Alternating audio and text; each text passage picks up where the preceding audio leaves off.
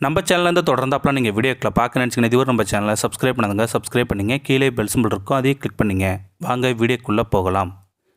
மனைவியின் காதலை புரியாமல் வாழும் ஆண்களே, உங்கள் கண்களை ஈரமாக்கும் ஒரு கதை இது. உங்களை சிந்திக்க வைக்கும் என நம்புகிறேன். வேலை முடிந்து வீட்டுக்கு போன போது சாரா சமையல் அறையில் இருந்தாள். அவசர அவசரமாக குளித்து உடைமாற்றி சாப்பாட்டு மேசையில் வந்து அமர்ந்தபோது சாப்பாடு பரிமாறத் தொடங்கினாள். கைகளை பற்றியவாறு எனக்கு விவாகரத்து வேண்டுமென்றேன். ஏன் என்றாள். ஒற்றை வரியில் நிச்சயமாய் அவள் அதை சீரியஸாக எடுத்துக்கொள்ளவில்லை என்பது அவளது நடத்தையில் புரிந்தது எனக்கு. அதை ரசிக்கும் மனநிலையில் நான் இருக்கவில்லை. எப்படியாவது எனது நிலைப்பாட்டை சொல்லியாக வேண்டும் என நினைத்தேன். நான் அலுவலகத்தில் என்னுடன் பணிபுரியும் ஜோனை 2 வருடமாக காதலிக்கிறேன். விவாகரத்து வேண்டுமென்றேன் தீர்க்கமாய். எதுவும் பேசவில்லை அவள். திடீரென நட்டாற்றில் அவளோடு என் மகனையும் விடுவதாய் என் மனம் குத்தி காட்டியது. குடியிருக்கும் வீடு, கார் மற்றும் சொத்தின் 30% அவளுக்குரியது என எழுதப்பட்ட பத்திரத்தை அடுத்த நாளே அவளிடம் நீட்டினேன். நான் எரிமலையாக சிதறினாள். பத்திரத்தை வெறிகொண்டு மட்டும் கிழித்தாள். 10 வருடமாய் தன் வாழ்வை பகிர்ந்தவள் அந்நியமாய் தெரிந்தாள். சத்தமாய் அழுதாள், ஆர்ப்பாட்டம் பண்ணினாள். பலங்கொண்ட மட்டும் என் சட்டையை பற்றி உலுக்கினாள். சலனமின்றி மீண்டும் சொன்னேன், விவாகரத்து வேண்டுமென்று. முழுவதுமாய் நொறுங்கி போயிருந்தாள். விவாகரத்து என்னும் வார்த்தையால் எதை எதிர்பார்த்தனோ அது நடந்தது. அடுத்த நாளே ஜோனுடன் கழித்துவிட்டு நள்ளிரவு வீடு சென்றபோது மேசையிலிருந்து சாரா எதையோ எழுதி கொண்டிருந்தாள். விவாகரத்து ஒப்பந்தம் என்பது புரிந்தது எனக்கு. என்னிடமிருந்து எதுவும் வேண்டாம் என்று கூறியிருந்தாள் சாரா. ஒரு மாதத்தில் மகனுக்கு பரீட்சை இருப்பதாகவும் இது பற்றி எதுவும் அவனுக்கு புரியாதவாறு வீடு சுமூகமாக இருக்கட்டும் என்று கூறியிருந்தாள். முறிந்து போன ஒரு திருமணம் மகனை பாதிக்கக்கூடாதென எண்ணியிருக்கலாம். எப்படி திருமணம் இருவென்று வாசற்கதவிலிருந்து படிக்கிற வரை அவளை தூக்கி வந்தனோ அதேபோல ஒவ்வொரு நாளும் தூக்கி வர வேண்டும் என்று அதில் குறிப்பிட்டிருந்தாள் சாரா. வினோதமாய் இருந்தது. என்னுடனா கடைசி நாட்களை இன்பமாக கழிக்க நினைக்கிறாள் என ஏளனமாய் எண்ணிக்கொண்டேன் நான். முதல் நாள் அவளை ஏந்தி சென்றபோது இருவருக்குமே சங்கடமாகவே உணர்ந்தோம். மகன் விசித்திரமாய் பார்த்தான்.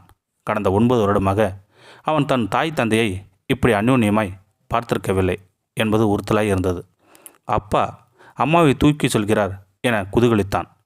நமது விவாகரத்தை பற்றி அவனுக்கு தெரிய வேண்டாம் என்றால் படுக்கையறையில் இறக்கிவிட்ட போது எங்கோ பார்த்தபடி திருமணத்திட்டிருந்த உணர்வுகள் மங்கி போயிருப்பது தெரிந்தது எங்களுக்கு. அடுத்த நாள் அவளை தூக்கும்போது இன்னும் இலகுவாக இருந்தாள்.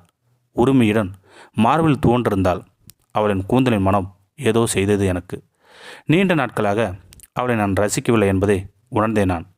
முகத்தில் சில சுருக்கங்கள் இருந்தது. ஆங்காங்கே சில நரைமுடிகள் எட்டி பார்த்தன. கூந்தலின் அடர்த்தி வெகுவாக குறைந்திருந்தது அவளுக்கு. அன்று கொடியிடையிலாய் இருந்தவள் சற்று பருத்திருந்தாள். திருமண வாழ்வு அவள் அழகை கவர்ச்சியும் கொள்ளையடித்திருந்தது. என்னுடன் வாழ்ந்ததில் எனக்காக தன் இளமையை தொலைத்து விட்டிருந்தது அப்பட்டமாய் தெரிந்தது எனக்கு. 4-5 நாட்களில் எனக்காய் தன் வாழ்வை அர்ப்பணித்தவள் மீண்டும் அந்யோன்யமானதாய் தோன்றியது எனக்கு. நாட்கள் செல்ல செல்ல விரிசல்கள் காணாமல் போயிருந்தன. அவள் சுமையை தெரியவில்லை. எமது செயல் மகனுக்கு பழகிவிட்டது. ஒரு நாள் காலையில் திருமணமான புதியது பரிசளித்த ஒரு ஆடையை அணிந்தபடி கண்ணாடி முன் நின்றபடி தலைவாரி கொண்டிருந்தாள் சாரா. நன்றாக மெலிந்து போயிருப்பது தெரிந்தது எனக்கு. இந்த பெண் எத்தனை வடுகளை மௌனமாய் ஏற்றுக்கொள்கிறாள் என தோன்றியது எனக்கு. மெதுவாக அவளது தோள்களை பற்றினேன். திரும்பி என் கண்களை ஊடுருவினாள். என் மனம் மாறிவிடுமோ என்றெஞ்சி பார்வை தவித்தன. இன்று அம்மாவை தூக்கவில்லையா என்றான் மகன். அவனை பொறுத்தவரை அது வாழ்வின் ஒரு அங்கமாகவே மாறிவிட்டிருந்தது. தூக்கிய போது கைகளை கழுத்துகளை வளைத்து கோர்த்து கொண்டாள். பிடிமானத்தை நான் இறக்கிய போது சொகுசாக நெஞ்சோடு அணைந்தாள். கல்யாண நாள் என்று காதல் ததும்ப நடந்தது போலவே ஒவ்வொரு நடையாக எடுத்து வைத்தேன் நான். நாட்கள் வேகமாக உருண்டோடியது. கடைசி நாளில் சாரா என்ற பெண் மீதினில் என் காதல் என்னை ஒரு அடி கூட நகர்த்த விடவில்லை. அவசரமாய் அவளை கையிலிருந்து இறக்கிவிடக்கூடாதென நினைத்தேன் நான். திருமண இரவில் அவளை ஏந்தியபடி மரணம் வரை உன்னை பிரிய மாட்டேன் என்ற என் வாக்குறுதி இனிமையாய் நிழலாடியது.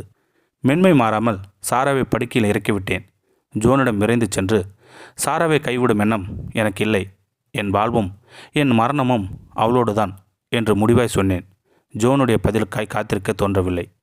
பூக்கடையில் சாரா மிகவும் விரும்பும் வெள்ளை ரோஜாக்களை நிரம்பிய ஒரு பொக்கை வாங்கி யூ ஆர் மை லைஃப் என்று ஒரு அட்டையை எழுதி கொண்டு சாராவை நோக்கி விரைந்தேன். அங்கே அதே கட்டிலில் என் சாரா பிணமாக சடலமாக உயிரிட்டிருந்தாள். கடந்த சில மாதங்களாக அவள் புற்றுநோயுடன் போராடி கொண்டிருந்ததை அவளது நம்பி அப்போதுதான் சொன்னாள்.